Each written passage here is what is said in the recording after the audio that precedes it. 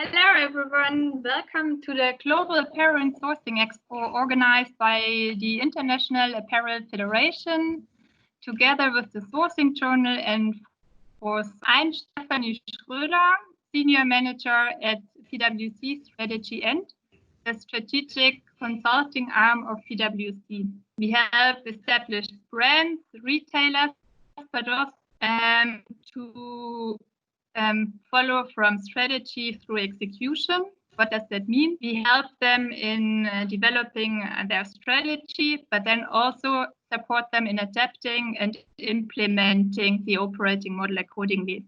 Today, I'm here with Alexander Tewes, Senior Controller at Hachmeister+Partner, a consulting firm focused on the fashion, sports, and lifestyle industry. Hi, Alexander. How are you today? Hi, Stefanie. I'm fine. Thank you. Great. Thanks for taking your time to be here with us today. About yourself and especially your work at Hachmeister+Partner. I work for Hachmeister+Partner for 8 years now. I'm a senior controller, and as part of the team, I deal with all of the industry clients with myself and my team. Yeah, that's about it. Great. Today we are actually here to learn more about the H&P competitive intelligence portal and how it innovates the fashion industry. Alexander, I hand over to you now to introduce the details to our audience. Thanks. Thanks again, Stefanie, for the introduction. Welcome everybody to my presentation about service and tools we, H&P, provide to analyze the fashion, shoe and sports market. In particular, I would like to show you what is possible with our web-based solution called Competitive Intelligence Portal. This solution is mainly aimed at manufacturers or brands. But first things first, let me tell you something about Hachmeister+Partner, H&P. Who are we? We are a German-based business consultancy with around about 50 employees with a strong focus on the fashion and lifestyle industry. We have 2 offices, one in Düsseldorf, one in Bielefeld. Hachmeister+Partner have existed for more than 50 years now.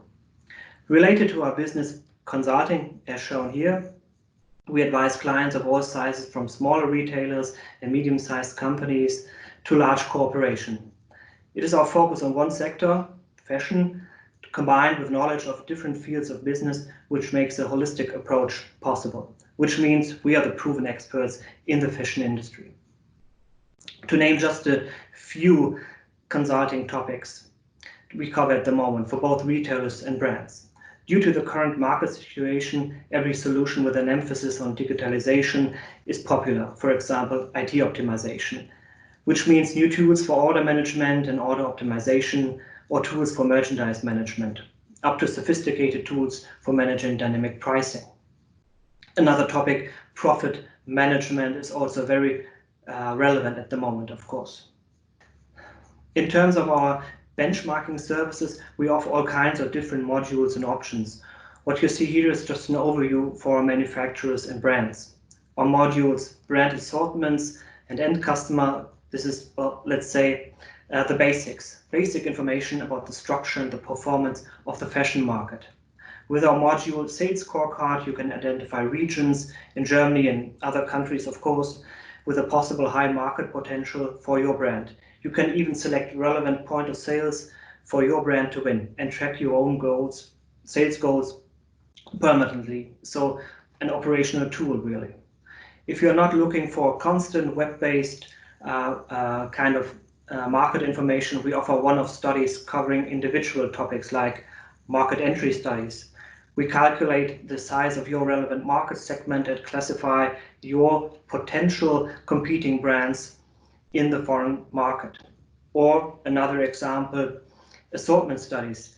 If you want to add, let's say, casual trousers to your product range, a study will give you insights about price ranges, top-selling brands, or top-selling articles in this particular assortment to make the best strategic decision. On which data is our competitive intelligence portal based on? The portal is based on the most extensive and detailed data panel in the fashion and lifestyle industry. Not only the total volume of the panel is impressive, which is 7.5 billion yearly turnover, but also the level of detail. Our retailers supply us with daily sales and inventory data on SKU level. This data comes directly through their ERP systems, which means it is actual sales data. No survey done, no extrapolation necessary, no web-based crawling involved. If you ask what's the retailer's benefit of it, we supply our retailers with a comprehensive portal too, where the retailer can not only analyze his own data, but with full access to our data panel also has a competitive advantage in terms of market transparency, speed of adaptation to new market conditions, exploiting his end customer data as well as benchmarking end customer data, and so on. We have another panel for shoes, which is around about 500 million yearly turnover, and a separate panel for sports, which is around about 900 million turnover.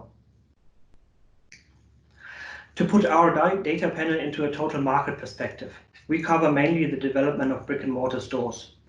To be more specific, these are mono-label stores, local retailers, medium and large fashion chains, as well as big department stores. This market sums up to 19.3 billion euro. Given the yearly turnover volume of 7.5 billion euro represented in our panel, we cover almost 40% of the relevant market segment. This enables us to supply our clients with analyses which are sound and statistically very well supported. Just to give you an idea how the data flow works, we have data coming in from different retailers. These retailers have different ERP systems, of course, different assortments, brand logics, different ways of data delivery to us, and so on. All of this data is standardized by us. Based on standardized procedure, we generate benchmarking data, which means various kinds of KPIs, market average, or aggregations of individual market segments. For examples, we do this for the sports industry quite often, where regional factors play a more important role than in the fashion market. In terms of data flow, HMP fulfills something you can call a Chinese wall. We make sure that retailer A's data does not get to retailer B or brand A and vice versa. In one sentence, our goal is to make the market transparent, not the single retailer. Let us now talk more specifically about the competitive intelligence portal. With its core functions, the portal offers you first a clearly laid out dashboard, a summary of the latest, most important and latest KPIs. Second, a module to analyze the performance of your brand in terms of turnover, markdowns, margins, stock turns, average prices, and so on. All including not only your data from your brand, but also benchmarks to compare your performance to the market and to your selected competition. And third, a module to analyze the buying behavior of your end customer. Typically questions are here: which age groups buy my brand? Does my end customer gets younger or older on average? Which other brands do my end customer buy? Questions like that. Last but not least, we have access to a personal reporting, which could include price range reports, market distribution reports, your individual management summary of essential insights done. This is done by an HMP analysis. In summary, you can say the portal has the following purposes: monitor your competing brands, screen the market, look for new competitors who pop out on the market, exploit market opportunities, build up new assortments or strengthen existing assortments, and last but not least, increase profitability, reduce your markdowns, and then in turn increase your margins in the market.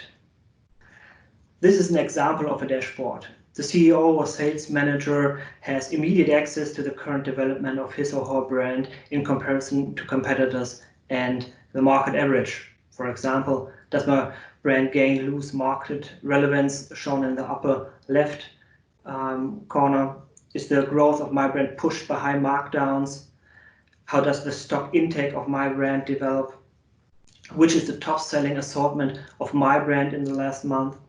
I mean, of course, nearly every brand knows this by themselves, but what they do not know is how the competition perform. You see, that's the main advantage in this overview dashboard. On the right hand side, you see short comments on the current market development, especially after difficult weeks in the market. It is all the more enjoyable to comment that sales growth has been achieved in the last week, and for the first time since week 6, by the way. If you click on market share on the top left here, you directly jump into a more detailed view. In this case, this would be the top 20 list of top selling brands. Well, the top 20 list is just a list, but highly popular among our users because it not only shows the performance of the top selling brands in the market with important KPIs, not only the turnover performance, but also markdowns and margin level, but also this list shows your market relevance of your brand at the moment. Especially given the current market condition, everybody asks which brand is coping with the crisis better than others. With this list, you really have the proof. And as you can see, not every brand faces a sales downturn at the moment. Regarding women's wear, even well-distributed brands like Marco Polo are able to increase turnover in June 2020. In this view, you can track the development of your brand over the last 12 months. You can clearly see the impact of COVID-19 on the fashion retail in Germany here. The shops were closed in mid-March, which caused a drop in sales by 66% for this month compared to previous year.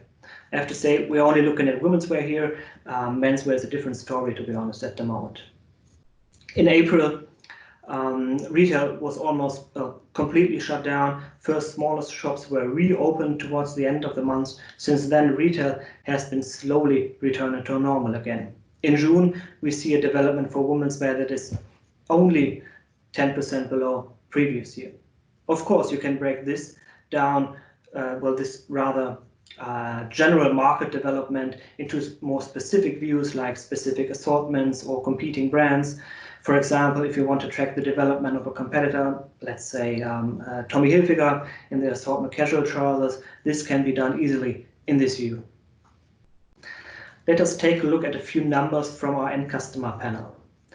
With this panel, as shown here, you can track every brand one of the 2.8 million end customers bought in the last month. The size of the bubble means here how relevant the brand is in the market at the moment.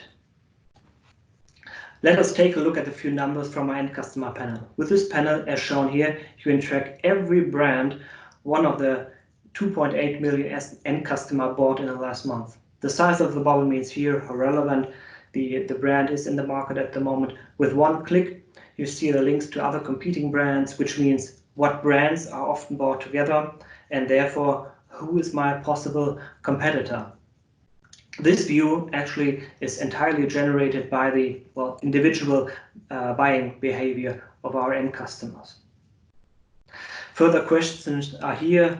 Which assortments does my end customer buy below average? Do I see a potential there? Which brands becomes more relevant for my end customer? Maybe the buying behavior changes. Maybe your end customer buys now more trendy, more younger brands than before.